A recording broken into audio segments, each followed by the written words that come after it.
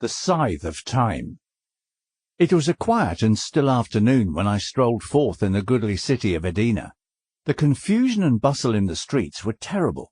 Men were talking, women were screaming, children were choking, pigs were whistling, carts they rattled, bulls they bellowed, cows they lowed, horses they neighed, cats they caterwauled, dogs they danced. Danced! Could it then be possible? Danced! Alas, thought I, my dancing days are over. Thus it is ever. What a host of gloomy recollections will ever and anon be awakened in the mind of genius and imaginative contemplation, especially of a genius doomed to the everlasting and eternal and continual, and as one might say, the continued. Yes, the continued and continuous, bitter, harassing, disturbing, and if I may be allowed the expression, the very disturbing influence of the serene and godlike and heavenly, and exalting and elevated and purifying effect of what may be rightly termed the most enviable, the most truly enviable, nay, the most benignly beautiful, the most deliciously ethereal, and as it were the most pretty, if I may use so bold an expression, thing, pardon me, gentle reader, in the world, but I am led away by my feelings. In such a mind, I repeat, what a host of recollections are stirred up by a trifle. The dogs danced. I could not. They frisked. I wept. They capered. I sobbed aloud. Touching circumstances which cannot fail to bring to the recollection of the classical reader that exquisite passage in relation to the fitness of things which is to be found in the commencement of the 3rd volume of that admirable and venerable Chinese novel, The Jo Go Slow. In my solitary walk through the city, I had but 2 humble but faithful companions. Diana, my poodle, sweetest of creatures. She had a quantity of hair over her one eye, and a blue riband tied fashionably around her neck. Diana was not more than 5 inches in height, but her head was somewhat bigger than her body, and her tail being cut off exceedingly close, gave an air of injured innocence to the interesting animal which rendered her a favourite with all. And Pompey, my negro, sweet Pompey, how shall I ever forget thee? I had taken Pompey's arm. He was 3 feet in height, I like to be particular, and about 70 or perhaps 80 years of age. He had bow legs and was corpulent. His mouth should not be called small, nor his ears short. His teeth, however, were like pearl, and his large full eyes were deliciously white. Nature had endowed him with no neck, and had placed his ankles, as usual with that race, in the middle of the upper portion of the feet. He was clad with a striking simplicity. His sole garments were a stock of 9 inches in height, and a nearly new drab overcoat, which had formerly been in the service of the tall, stately, and illustrious Dr. Moneypenny. It was a good overcoat. It was well cut, it was well made. The coat was nearly new. Pompey held it up out of the dirt with both hands. There were 3 persons in our party, and 2 of them have already been the subject of remark. There was a 3rd. That 3rd person was myself. I am the Signora Psyche Zenobia. I am not Suki Snobs. My appearance is commanding. On the memorable occasion of which I speak, I was habited in a crimson satin dress with a sky-blue Arabian mantelet, and the dress had trimmings of green agraffas and 7 graceful flounces of the orange-coloured auricula. I thus formed the 3rd of the party. There was the poodle, there was Pompey, there was myself. We were 3. Thus it is said there were originally but 3 Furies, Melty, Nimmy, and Hetty, meditation, memory, and singing. Leaning upon the arm of the gallant Pompey, and attended at a respectful distance by Diana, I proceeded down one of the populous and very pleasant streets of the now deserted Edina. On a sudden there presented itself to view a church, a Gothic cathedral, vast, venerable, and with a tall steeple, which towered into the sky. What madness now possessed me? Why did I rush upon my fate? I was seized with an uncontrollable desire to ascend to the giddy pinnacle, and thence survey the immense extent of the city. The door of the cathedral stood invitingly open. My destiny prevailed. I entered the ominous archway. Where then was my guardian angel, if indeed such angels there be? If. Distressing monosyllable. What a world of mystery and meaning and doubt and uncertainty is there involved in thy 2 letters. I entered the ominous archway. I entered, and without injury to my orange-coloured auriculars, I passed beneath the portal and emerged within the vestibule. Thus it is said the immense river Alcaeus passed unscathed and unwetted beneath the sea. I thought the staircases would never have an end. Round. Yes, they went round and up and round and up and round and up, until I could not help surmising with a sagacious Pompey, upon whose supporting arm I leaned in all the confidence of early affection, I could not help surmising that the upper end of the continuous spiral ladder had been accidentally, or perhaps designedly, removed. I paused for breath, and in the meantime an incident occurred of too momentous a nature in a moral and also in a metaphysical point of view to be passed over without notice. It appeared to me, indeed I was quite confident of the fact, I could not be mistaken. No, I had for some moments carefully and anxiously observed the motions of my Diana. I say that I could not be mistaken. Diana smelt a rat. I called Pompey's attention to the subject, and he agreed with me. There was then no longer any reasonable room for doubt. The rat had been smelled, and by Diana. Heavens, shall I ever forget the intense excitement of that moment? Alas, what is the boasted intellect of man? The rat, it was there. That is to say, it was somewhere. Diana smelled the rat. I could not. Thus it is said that Prussian Isis has for some persons a sweet and very powerful perfume, while to others it is perfectly scentless. The staircase had been surmounted, and there were now only 3 or 4 more upward steps intervening between us and the summit. We still ascended, and now only 1 step remained. 1 step. 1 little step. Upon 1 such little step in the great staircase of human life, how vast a sum of human happiness or misery often depends. I thought of myself, and then of Pompey, and then of the mysterious and inexplicable destiny which surrounded us. I thought of Pompey. Alas, I thought of love. I thought of the many false steps which have been taken and may be taken again. I resolved to be more cautious, more reserved. I abandoned the arm of Pompey, and without his assistance surmounted the 1 remaining step and gained the chamber of the belfry. I was followed immediately afterwards by my poodle. Pompey alone remained behind. I stood at the head of the staircase and encouraged him to ascend. He stretched forth to me his hand, and unfortunately in so doing was forced to abandon his firm hold upon the overcoat. Will the gods never cease their persecution? The overcoat it dropped, and with one of his feet Pompey stepped upon the long and trailing skirt of the overcoat. He stumbled and fell. This consequence was inevitable. He fell forwards, and with his accursed head striking me full in the breast, precipitated me headlong together with himself upon the hard, the filthy, the detestable floor of the belfry. But my revenge was sure, sudden and complete. Seizing him furiously by the wool with both hands, I tore out a vast quantity of the black and crisp and curling material, and tossed it from me with every manifestation of disdain. It fell among the ropes of the belfry and remained. Pompey arose and said no word, but he regarded me piteously with his large eyes and sighed. Ye gods, that sigh!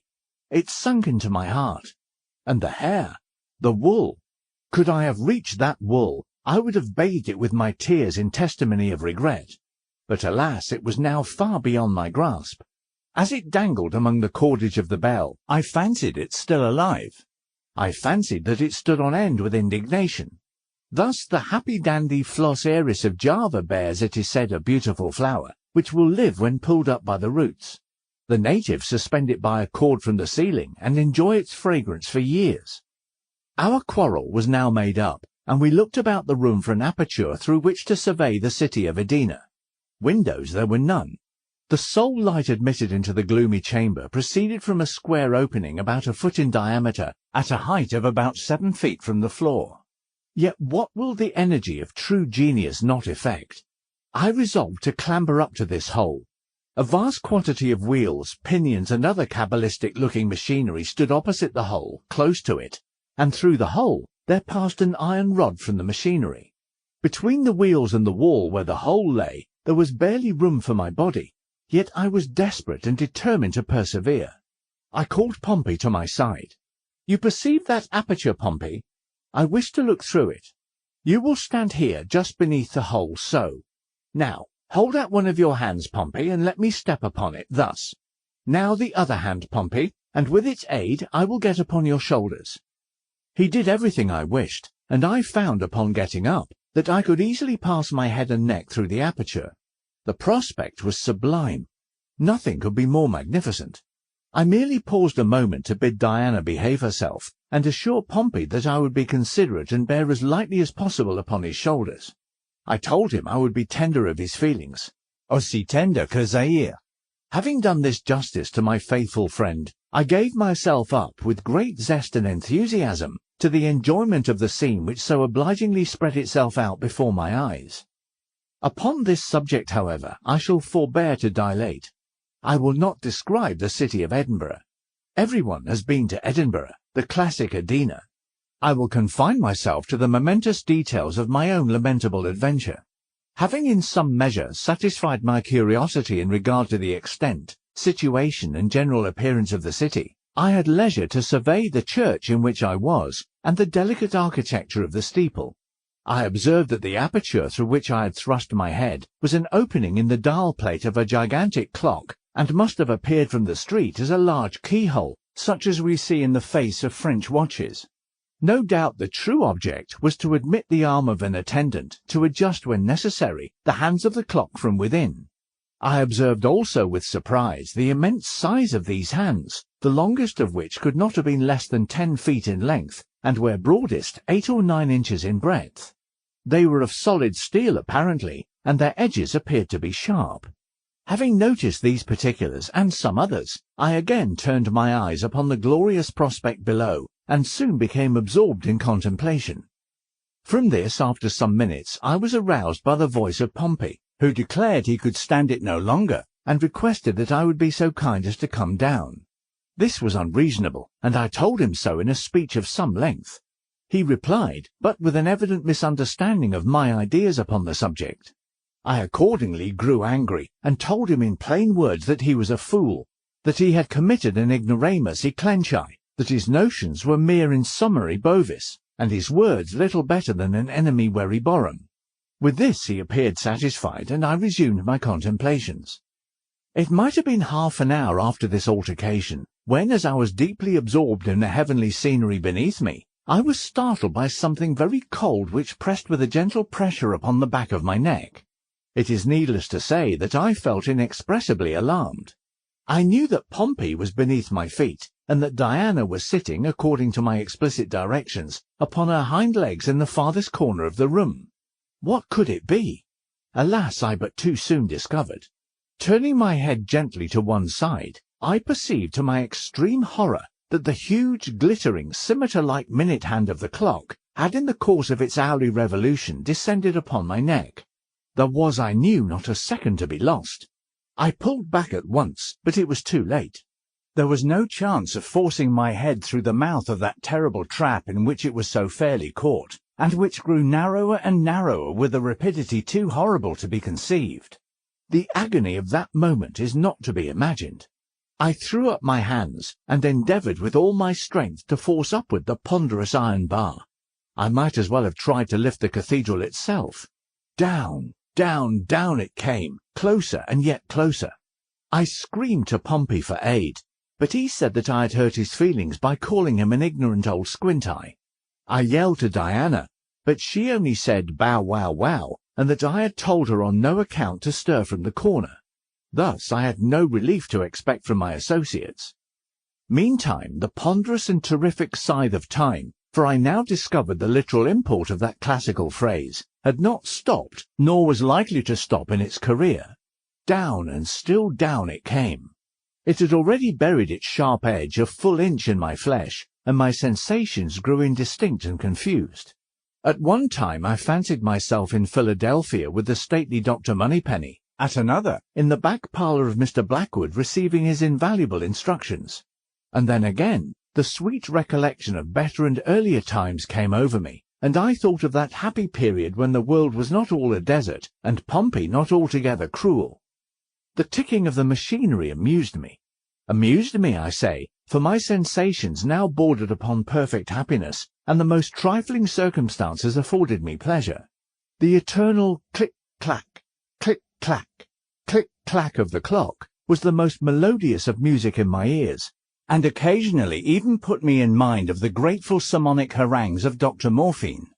Then there were the great figures upon the dial plate. How intelligent, how intellectual they all looked.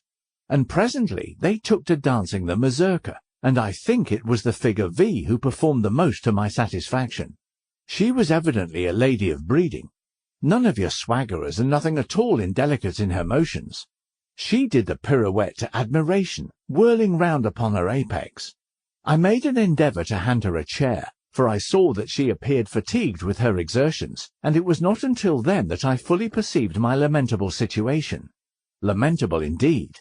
The bar had buried itself 2 inches in my neck. I was aroused to a sense of exquisite pain. I prayed for death, and in the agony of the moment could not help repeating those exquisite verses of the poet Miguel de Cervantes. Veni buran tan escondida, queri noto senti veni, pork and pleasure deli mori, non mi torni dari vidi. But now a new horror presented itself, and one indeed sufficient to startle the strongest nerves. My eyes, from the cruel pressure of the machine, were absolutely starting from their sockets. While I was thinking how I should possibly manage without them, one actually tumbled out of my head, and rolling down the steep side of the steeple, lodged in the rain gutter which ran along the eaves of the main building. The loss of the eye was not so much as the insolent air of independence and contempt with which it regarded me after it was out. There it lay in the gutter just under my nose, and the airs it gave itself would have been ridiculous had they not been disgusting. Such a winking and blinking were never before seen. This behaviour on the part of my eye in the gutter was not only irritating on account of its manifest insolence and shameful ingratitude, but was also exceedingly inconvenient on account of the sympathy which always exists between 2 eyes of the same head, however far apart. I was forced in a manner to wink and blink whether I would or not, in exact concert with the scoundrelly thing that lay just under my nose. I was presently relieved, however, by the dropping out of the other eye. In falling, it took the same direction, possibly a concerted plot, as its fellow. Both rolled out of the gutter together, and in truth I was very glad to get rid of them. The bar was now 3 inches and a half deep in my neck, and there was only a little bit of skin to cut through. My sensations were those of entire happiness, for I felt that in a few minutes at farthest I should be relieved from my disagreeable situation. And in this expectation I was not at all deceived. At 25 minutes past 5 in the afternoon precisely, the huge minute hand had proceeded sufficiently far on its terrible revolution to sever the small remainder of my neck. I was not sorry to see the head which had occasioned me so much embarrassment at length make a final separation from my body. It first rolled down the side of the steeple, then lodged for a few seconds in the gutter, and then made its way with a plunge into the middle of the street. I will candidly confess that my feelings were now of the most singular, nay, of the most mysterious, the most perplexing and incomprehensible character. My senses were here and there at one and the same moment. With my head I imagined at one time that I, the head, was the real Signora Psyche Zenobia. At another, I felt convinced that myself, the body, was the proper identity. To clear my ideas upon this topic, I felt in my pocket for my snuff-box, but upon getting it, and endeavouring to apply a pinch of its grateful contents in the ordinary manner, I became immediately aware of my peculiar deficiency, and threw the box at once down to my head. It took a pinch with great satisfaction, and smiled me an acknowledgment in return. Shortly afterwards it made me a speech, which I could hear but indistinctly without my ears. I gathered enough, however, to know that it was astonished at my wishing to remain alive under such circumstances. In the concluding sentences it compared me to the hero in Ariosto, who in the heat of combat, not perceiving that he was dead, continued to fight valiantly, dead as he was. I remember that it used the precise words of the poet, Il pover homi che non s'era accorti, and have a combat tentieri morti. There was nothing now to prevent my getting down from my elevation, and I did so. What it was that Pompey saw so very peculiar in my appearance, I have never yet been able to find out.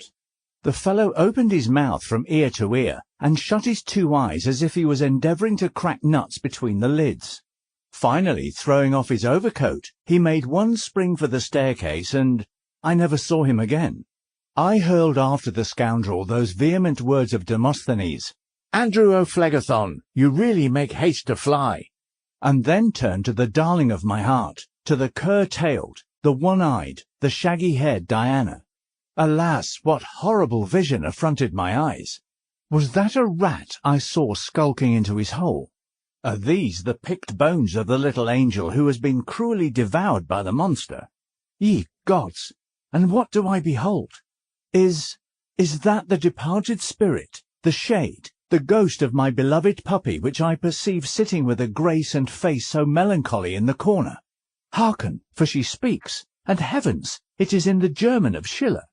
Und stubby duck, so stubby dun, duck she, duck she. Alas, and are not her words too true? And if I died, at least I died for thee, for thee. Sweet creature, she too has sacrificed herself in my behalf. Dogless, niggerless, headless, what now remains for the unhappy Signora Psyche Zenobia? Alas, nothing. I have done.